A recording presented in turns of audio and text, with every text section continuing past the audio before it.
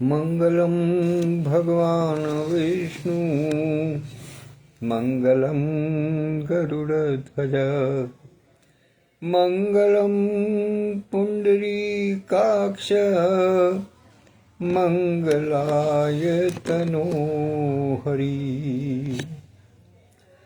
शांताकारं भुजगशयनं पद्मनाभं सुरेशं विश्वाधारं गगनसदृशं मेघवर्णं शुभांगं लक्ष्मीकान्तं कमलनयनं योगिभिर्ध्यानगम्यं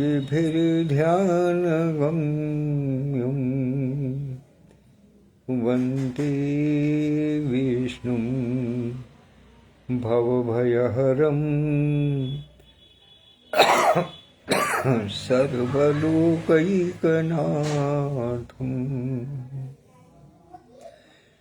हृदयाङ्गन साहित्यिक, सामाजिक, सांस्कृतिक और आध्यात्मिक संस्था के प्रमुख संरक्षक परमादरणीय आचार्य श्री कृष्ण द्विवेदी जी के चरणों में सादर प्रणाम निवेदित करते हुए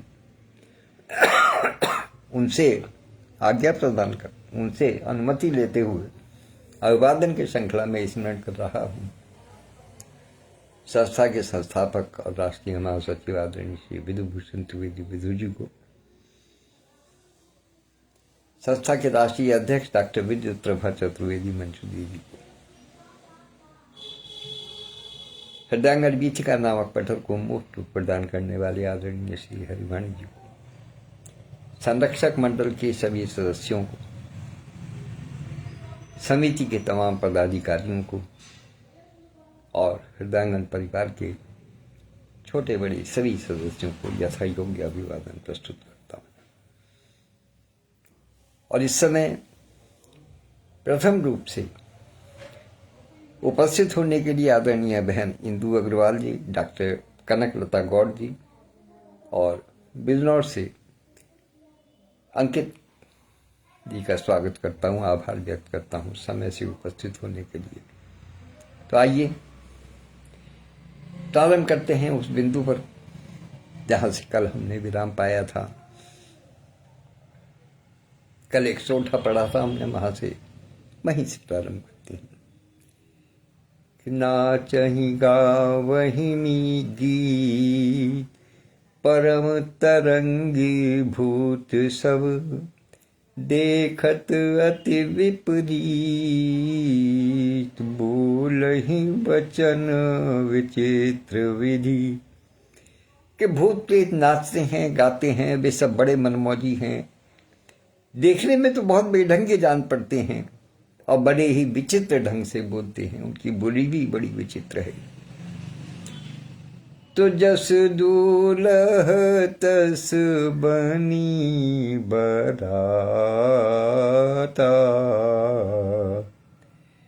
कौतुक विविध होहि मग जाता।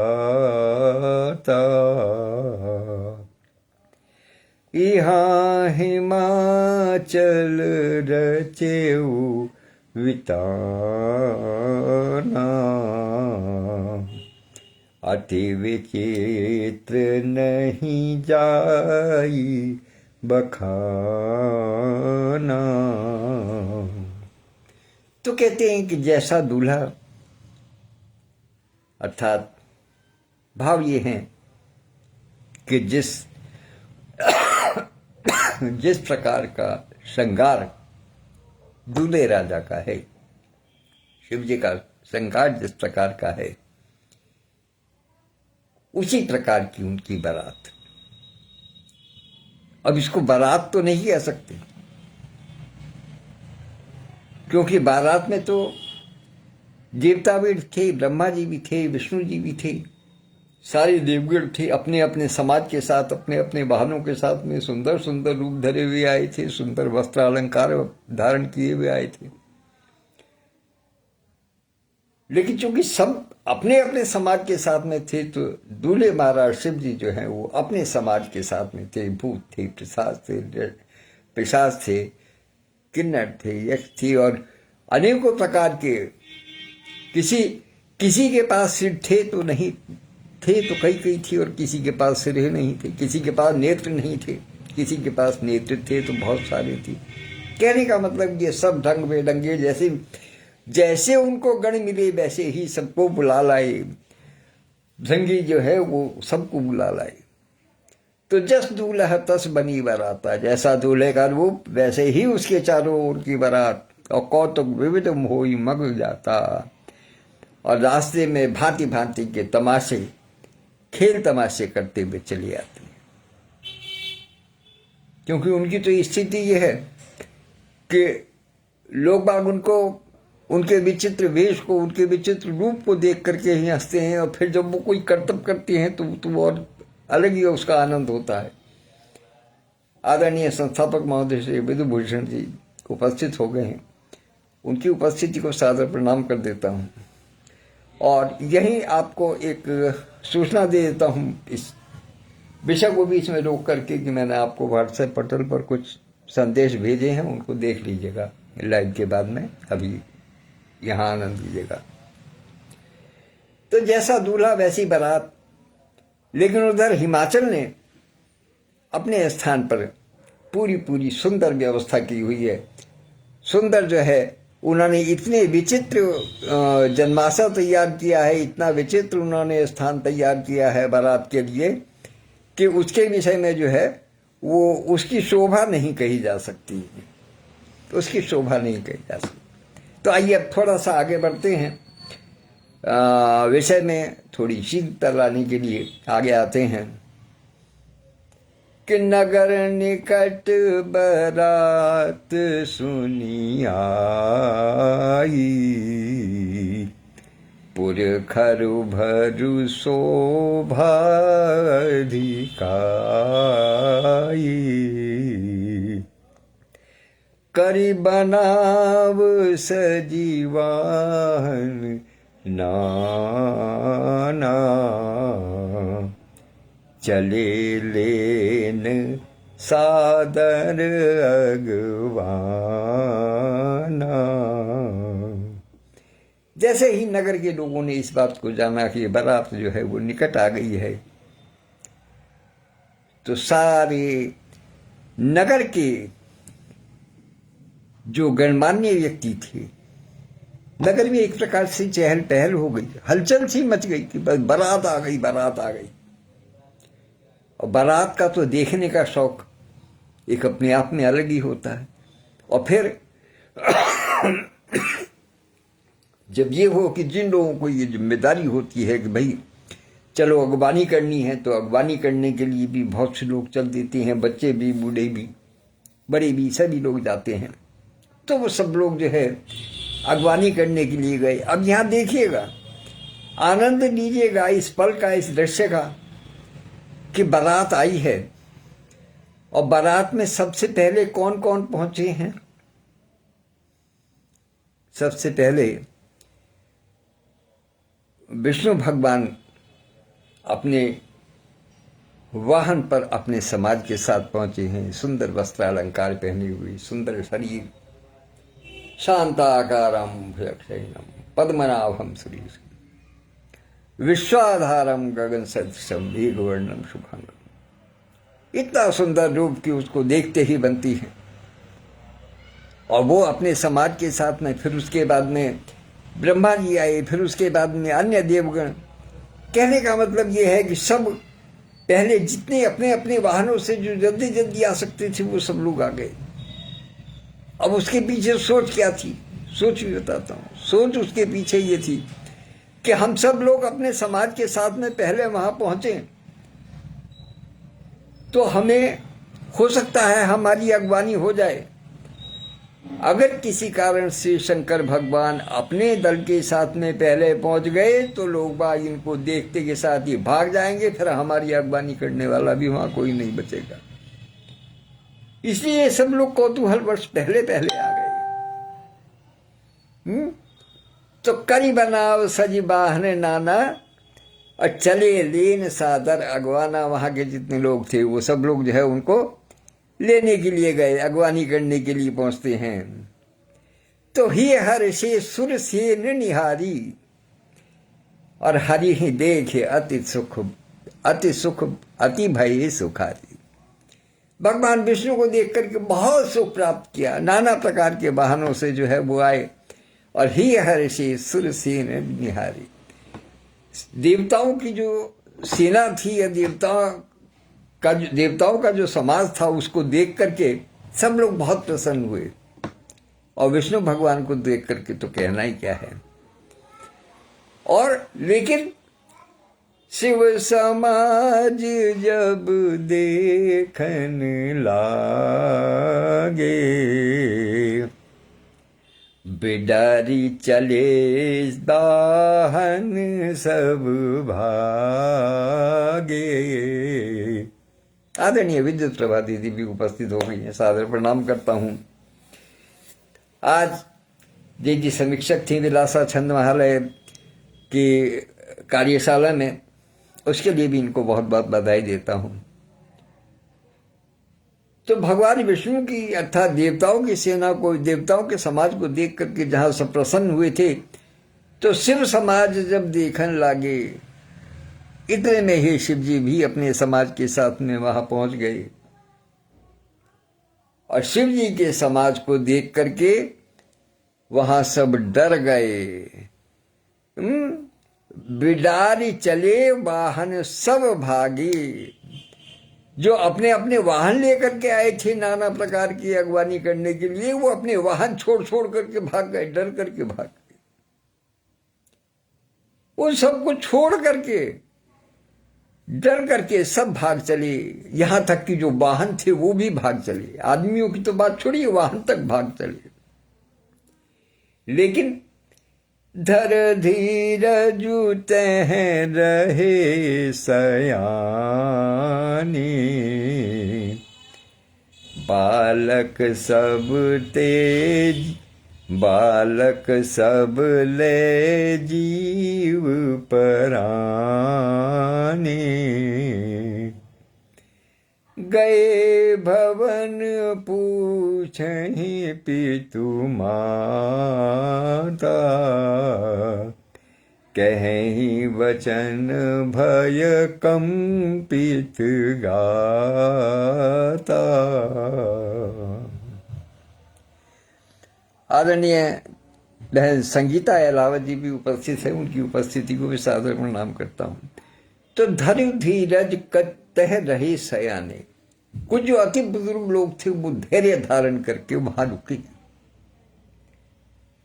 जनवासी में जो बारात की अगवानी करने के लिए गए थे, वहां कुछ बड़े सयाने लोग जो हैं, बड़े जो थे वो सब लोग वहां रुके। लेकिन बालक सब ले जीव पराने, और बालक जो है वो अपने अपने, बालक सब ले जीव पराने, अपने अपने जीवन के प्राणों को बचा करके बालक जो है वो सब भाग गए। बड़े लोग तो धैर्य धारण करके, धीरज धर करके रुके, लेकिन जो बालक थे वो सब डर करके भाग गए। और जब डर करके अपने घर भागे, तो गए भवन पूछे पितु माता।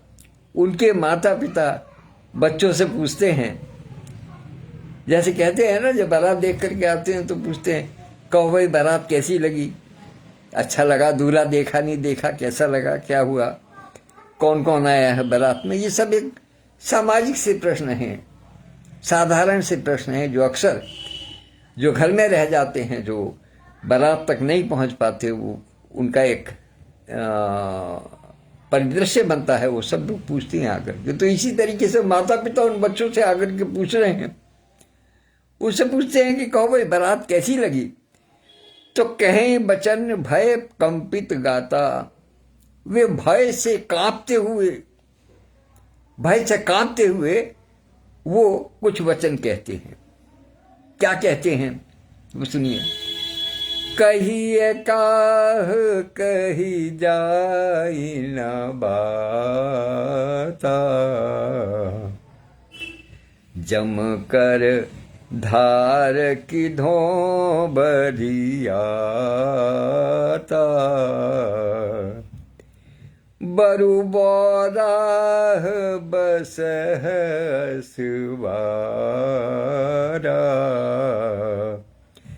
व्याल कपाल विभूषण छारा। सुषमा सूत्री जी भी उपस्थित हो गई हैं। तो बच्चे अपने माता पिता को बताते हैं कि क्या कहें। उस बारात की शोभा के बारे में कुछ भी नहीं कहा जाता, कुछ कह ही नहीं सकते। केवल एक बात जान लीजिएगा, अपने माता पिता को बच्चे कहते हैं कि केवल एक बात जान लीजिएगा कि बारात क्या है, ऐसा लगता है जैसा यमराज की सेना है। क्योंकि उन्होंने पहली बार इन सबको देखा था, भूत प्रेत पिशाच को। नाना प्रकार के दिव्यांग थे उसके अंदर, ऐसी ऐसी आकृतियां थी, ऐसे ऐसे जो है रूप उनको बने हुए दिखाई दिए जैसे कि उन्होंने कभी स्वप्न में भी नहीं सोचे थे। तो उन्होंने कहा, डर के मारे उन्होंने कहा कि नहीं, ये बारात नहीं, ये तो लगता है कि जैसे यमराज की सेना है। और जब पूछा कि दूल्हा बताओ भाई, दूल्हा, यूं क्या दूल्हा, तोबा तोबा, दूल्हा तो ऐसा है जैसे पागल है। क्यों? बैल पर सवार है। पहली बात तो यह है कि दूल्हा जब आता है वो घोड़ी पर सवार होकर के आता है, या घोड़े पर सवार होकर के आता है। घोड़े पर सवार होकर के आता है दूल्हा, ये तो बैल पर सवार होकर के आया, नहीं रही चलाई। और श्रृंगार भी कैसा कि सांप जगह जगह लटके हुए हैं, सांपों का मोर मुकुट बना रखा है, नरमुंडों की माला है गले में, और सारे शरीर पर उसने श्मशान की दाख लपेट रखी है। श्रृंगार, क्या कहने, क्या श्रृंगार है। मुझे लगता है कि दूल्हा तो पागल है। और वो उनका और विशिष्ट वर्णन करते हैं बच्चे। तन चार व्याल कपाल भूषण नगन जटिल भयंकरा संग भूत प्रेत पिशाच जोगिन बिकट मुख रजनी चरा जो जियत रहे बारात देखत पुण्य बढ़ तेरी कर सही देखिए सोमा विवाह घर घर बात अस्तरिकन कही। कहते दूल्हे के शरीर पर राख मली हुई है, सांप और कपाल के गहने हैं, वो नग्न है, नंगा है, जटाधारी है और भयंकर है। सारे उन्होंने गुण एक साथ बता दिए कि दूल्हे के शरीर पर राख लगी है, सांप है, कपाल के गहने हैं, नंगा है, जटाधारी है और भयंकर है। उसके साथ भयंकर मुख वाले भूत प्रेत पिशाच योगिनियां और राक्षस हैं। और ऐसी बारात को देख करके जो जिंदा बचेगा सचमुच उसके बड़े ही पुण्य हैं। अर्थात इसको देख करके किसी का बचना बहुत ही कठिन है। और वही पार्वती का विवाह देखेगा, क्योंकि ये तो था कि भाई बारात आई है तो निश्चित रूप से देखभाल करके सोच समझ करके ही बुलाया होगा। लेकिन दूल्हा ऐसा है भैया, कोई कोई बचेगा इस शिव पार्वती के विवाह को तो देखने के लिए। जो बचेगा वो बड़ा भारी उसका पुण्य कोई जागृत होगा तभी वो बचेगा, वरना किसी के बचने की गुंजाइश नहीं। ये सारी बातें बच्चों ने अपने माता पिता को घर पर आकर के बताई। तो समुझ महेश समाज सब, जननी जनक मुस्का,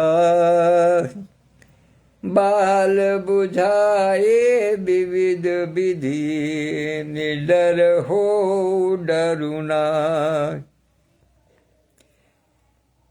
तो उनके माता पिता बच्चों को समझाते हैं कि शिवजी के समाज को समझकर सब लड़कों के माता पिता मुस्कुराते हैं, क्योंकि वो तो जानते हैं कि शिवजी का समाज कैसा है, शिवजी का रूप कैसा है, वो किस प्रकार के कौतूहल करते हैं, उनका वास्तविक स्वरूप क्या है वो जानते हैं। इसे सब जो उन्होंने श्रृंगार किया है, इसका सबका अर्थ वे जानते हैं, ये इसके गूढ़ तत्वों को समझे हुए हैं, इसलिए वो उनको समझाते हैं। वो कहते हैं कि तुम्हें डरने की कोई आवश्यकता नहीं है, निडर हो जाओ और मस्त होकर के बारात का आनंद लो। आप जो है आनंद लीजिए इस विवाह का, डरने की कोई आवश्यकता नहीं है। क्योंकि जहां उन्होंने कहा था ना कि ऐसा लगता है जैसे यमराज की सेना आ गई है, तो बुजुर्गों ने कहा कि नहीं, डरने की कोई आवश्यकता नहीं। ले अगवान बरात ही आए, दिए सबहि जनवास सुझाए, मैं ना शुभ आरती समारी,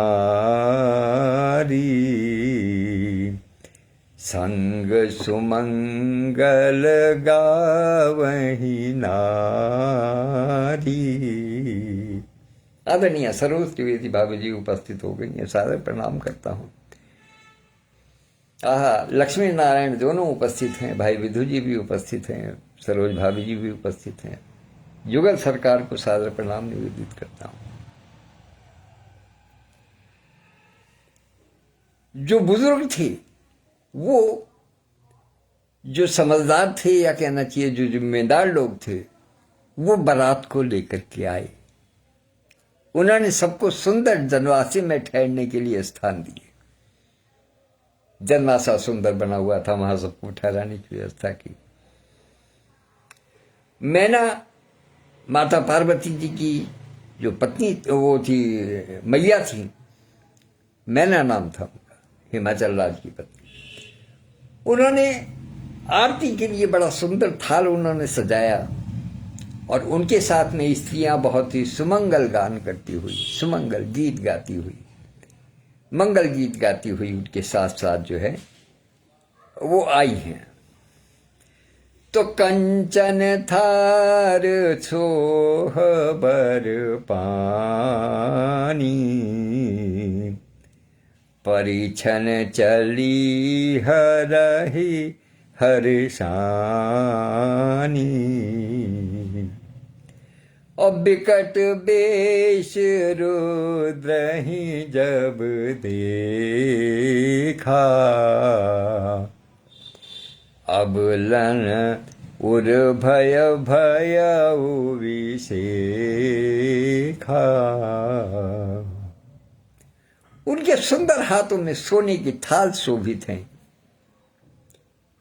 इस प्रकार मैना जी हर्ष के साथ में शिव जी का परिछन करने चली, उनकी अगवानी करने के लिए चली है, उनका आरता उतारने के लिए चली है। लेकिन जैसे ही महादेव जी के भयंकर रूप को देखा, भयानक वेश में देखा जब उनके भयंकर रूप को, तो जो साथ आने वाली स्त्रियां थी, उनके मन में बड़ा भारी भय उत्पन्न हो गया, बड़ा भय उत्पन्न हो गया उनके मन में। अभागी भवन पैठी अति त्रासा, गए महेशु जहाँ जनवासा, मैं ना हृदय भयहु दुख भारी, लीनी बोली गिरीश कुमारी। भागी भवन पैठी अति त्रासा, बहुत ही डर के मारे भागकर भी घर में घुस गई। और शिवजी जहां जनवासा था वहां पहुंच गए। मैना के हृदय में बहुत दुख हुआ। उन्होंने पार्वती जी को अपने पास बुलाया। आखिर बेटे की बात थी। उन्हें जब देखा, जब उन्होंने कि मेरा दामाता किस रूप में आया है, कैसा है, तो उन्होंने बेटी को अपने पास बुलाया और अधिक स्नेह गोद बैठारी, श्याम सरोज नयन भरे बारी, जेहि विधि तुम्हारी रूप असुदीना, तेहि जड़ बर बाउर कस कीना। अत्यंत प्रेम के साथ में, अत्यंत स्नेह के साथ में, ममता के साथ में माता मैना पार्वती मैया को अपनी गोद में बैठाती है। अब उनके मन के भाव देखिए, उनके मन के भाव देखिएगा। वो कभी ध्यान में लाती हैं शिव जी का वो रूप जो उन्होंने देखा दूल्हा बने हुए, और फिर पार्वती मैया को देखती है। और वो क्या कहती हैं कि जिस विधि ने, जिस ब्रह्मा जी ने, जिस विधाता ने तुम्हें ये सुंदर सलोना रूप दिया है, क्या विडंबना है कि उन्होंने तुम्हारे भाग में ऐसा जड़ और बाउर कस कीना, ऐसा जड़ और बावला पति कैसे उन्होंने ये संजोग बना, ये संजोग कैसा बनाया है कि तुम्हारा रूप कितना सुंदर सरोना है और कहां वो बावला। सीधा बावले की बात कहिए, वो मूर्ख है। दूल्हे को कैसा बावला बनाया है, ये बड़ी विचित्र बात है। अकस कीन बरुवोराह विधि जेहि तुम्हि सुंदरता दई, जो फलु चाहिए सुर तरु ही सो बर बस बबूरहि लागई, तुम सहित गिरिते गिरो पावक जरो जल निधि महु परो, गरु जाऊ अपजस हो जग जीवत विवाह न हो करो। कितनी बड़ी बात कही मैना ने कि जिस विधाता ने तुमको इतनी सुंदरता दी है, उसने तुम्हारे लिए वर कैसा बावला बनाया है। जो फल कल्प वृक्ष में लगना चाहिए था, उसे जबरदस्ती बबूल के वृक्ष में लगा दिया। देखिए कैसी कैसी उपमाएं दी है माता मैना ने माता पार्वती को, कि जो फल कल्प वृक्ष में लगना चाहिए था वह जबरदस्ती बबूल में लग रहा है। अब मेरा प्रण सुन लो, मैं तुम्हें लेकर के पहाड़ से गिर जाऊंगी, आग में जल जाऊंगी या समुद्र में कूद जाऊंगी, चाहे घर उड़ जाए, उजड़ जाए, जगत में अपकीर्ति हो जाए, तमाम समाज में हमारा अपयश फैल जाए, किंतु मैं जब तक जीवित हूं तुम्हारा विवाह इस बावले के साथ मैं नहीं करूं।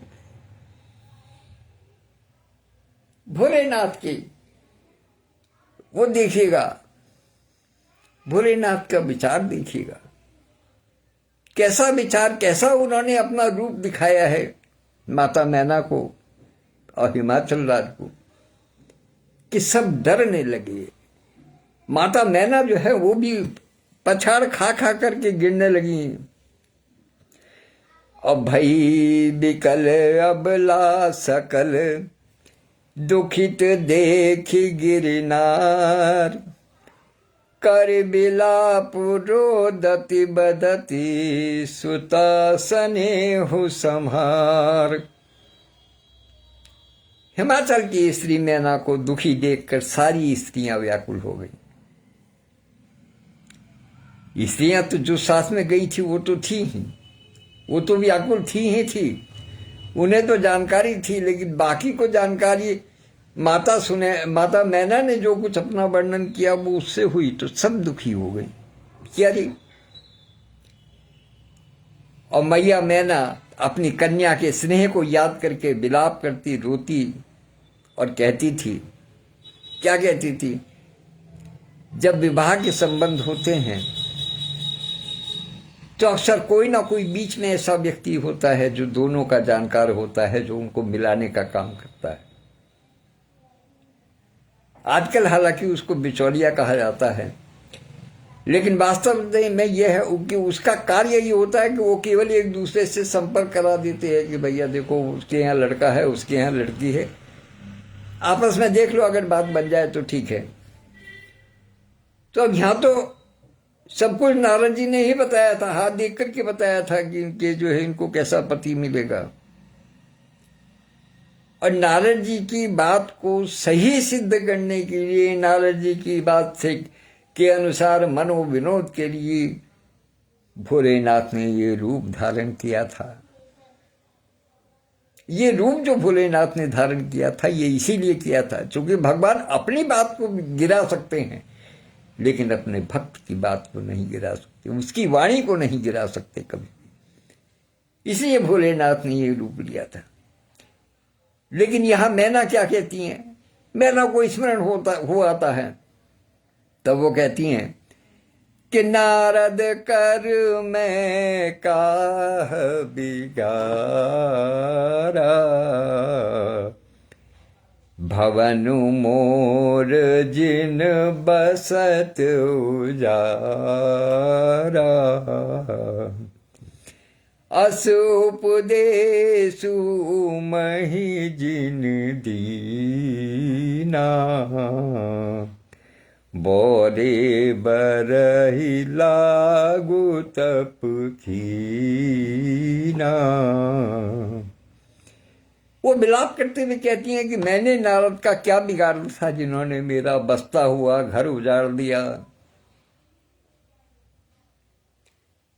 वही बात जो आज मैना जी कह रही हैं, उसी बात को सप्त ऋषि ने भी जाकर के कहा था पार्वती जी को कि तुम किस नारद के भरोसे की बात कर रही हो, उसकी बात को, उसके उपदेश को मान करके भला किसी का घर बसा है। तो वही बात आज मैना जी कह रही है कि मैंने उस नारद का क्या बिगाड़ा था जिसने मेरा बसा बसाया घर उजाड़ दिया, और जिसने पार्वती को ऐसा उपदेश दिया कि जिससे पार्वती ने उस बावले के लिए वन में जाकर के तप किया। ये तो वो जान गए कि तब तो पार्वती जी ने इन्हीं के लिए किया था, इसीलिए मिले हैं। लेकिन सारा दोष तो उन बीच वाले नारद जी का है जिन्होंने वर बताया था और फिर पार्वती को इस बात के लिए प्रेरित किया था कि तुम वन में जाकर के कठोर तपस्या करो इनके लिए। तो साचे उनके मोह न माया, उदासीन धनु धाम न जाया, पर घर घातक लाज न भीरा, बाँझ के जान प्रसव के पीरा। दादाजी के लिए भांति भांति की बातें निकलती हैं उनके मन में। नैना कहती है कि उन्हें किसी का मोह नहीं है, क्योंकि उनकी पत्नी नहीं, बच्चे नहीं, उनके घर बार नहीं है। कौन उनका है? ना उनका घर है, ना घाट है। जगह जगह भटकते रहते हैं, कोई उनका एक स्थान पर टिकते नहीं है, किसी से उनका लगाव नहीं है, कोई मोह माया नहीं है। वो क्या जाने, वो सबसे उदासीन है। इसी कारण, क्योंकि वो सबसे उदासीन रहते हैं, उनका कोई नहीं है, इसलिए वो किसी का घर बसते हुए देखना नहीं चाहते। लो एक औलाना और आ गया। अभी तक तो सप्तऋषि कहते थे, दुनिया कहती थी, अब नैना ने भी कहना शुरू कर दिया। कहने लगे इनके अपना कोई नहीं है, इसलिए ये किसी का घर बसते हुए भी नहीं देखना चाहते। और दूसरी बात यह है कि भगवान के भक्त हैं, इसलिए ना उनको किसी की लाज है ना डर है। फिर मन में सोच करके एक उदाहरण कहती हैं कि भला किसी बाँझ स्त्री को भी इस बात की जानकारी हो सकती है कि प्रसव की पीड़ा किसे कहती है। लिहाजा नारद जी ने जो है जो कुछ किया वो अपने आप में उचित नहीं है। तो जननी बिकल बिलो की भवानी, बोली जुत विवेक मृदुवानी, अस विचारी सोच ही मति माता, सो नट रही जो रचई विधाता।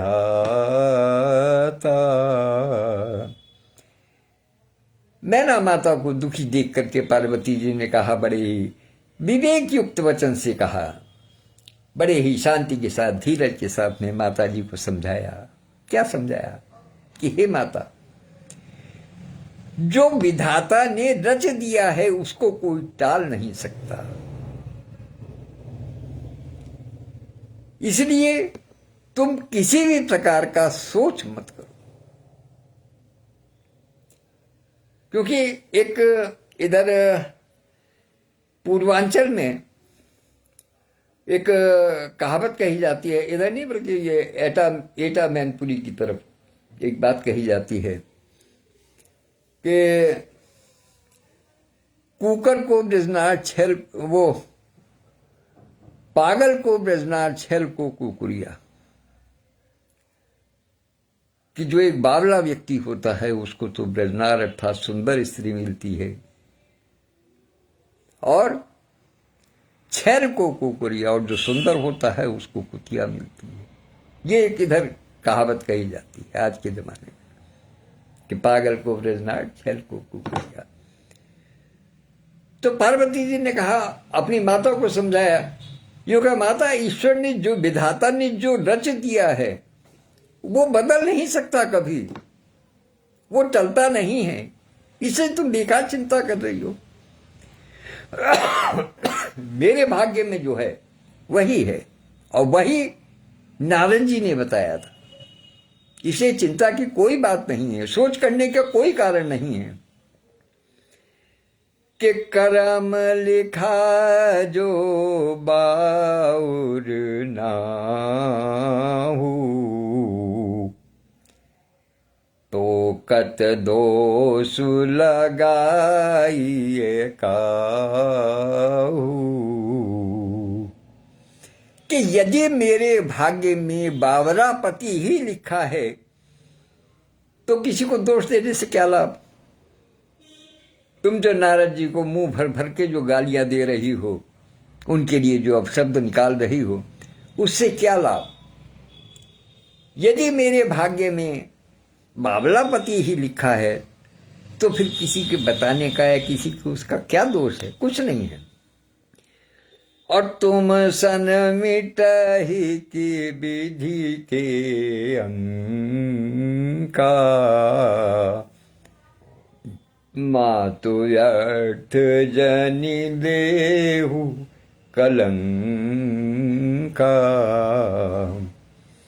यदि मेरे भाग्य में बावलापति लिखा है तो किसी को क्या दोष देना है। इसलिए हे माता, क्या विधाता के अंक तुम से मिट सकते हैं? तुम उनको मिटा सकती हो?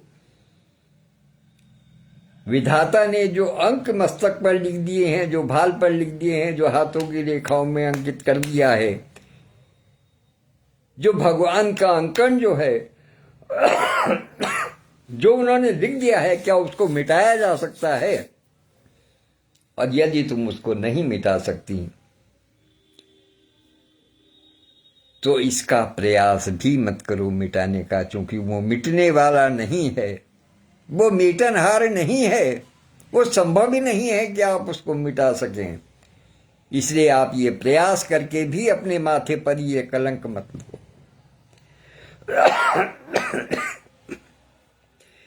तो जनि लेहु मातु कलंक, करुणा परिहरहु अवसर नहीं।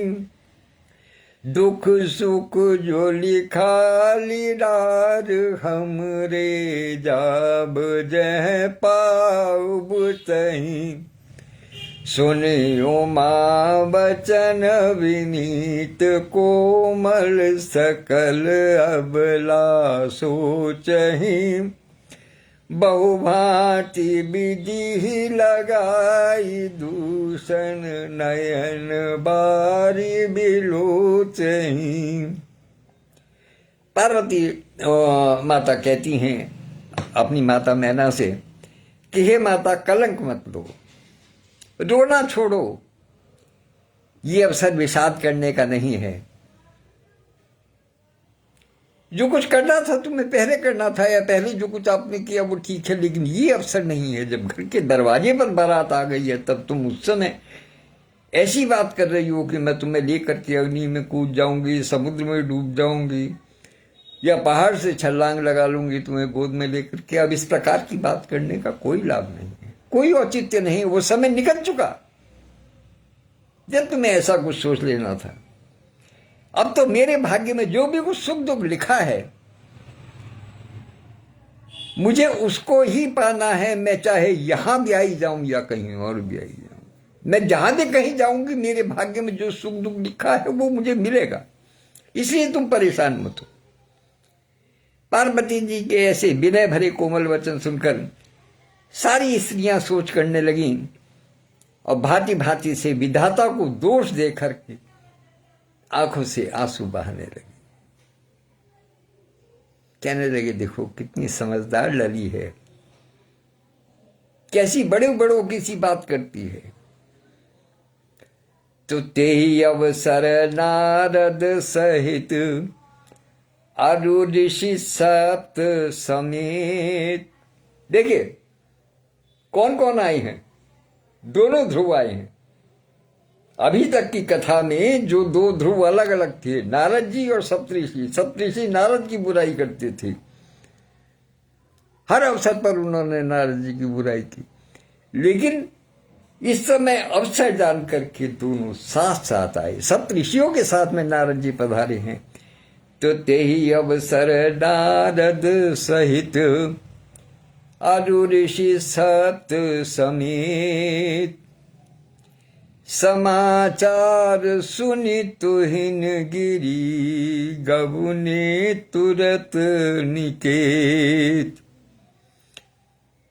तो इस समय इस समाचार को सुनते ही हिमाचल उसी समय नारद जी और सप्तऋषियों को साथ लेकर के अपने घर गए, अर्थात उस भवन में गए जहां पर कि माता मैना और पार्वती के बीच में ये संवाद हो रहा था और सारी स्त्रियां थी। अर्थात वो चूंकि हिमाचल महाराज जो है वो उस समय उसमें अगवानी में थे बारात की, और नारद जी और सप्त ऋषि और अन्य ऋषिगण जो थे वो सब बाराती के रूप में थे।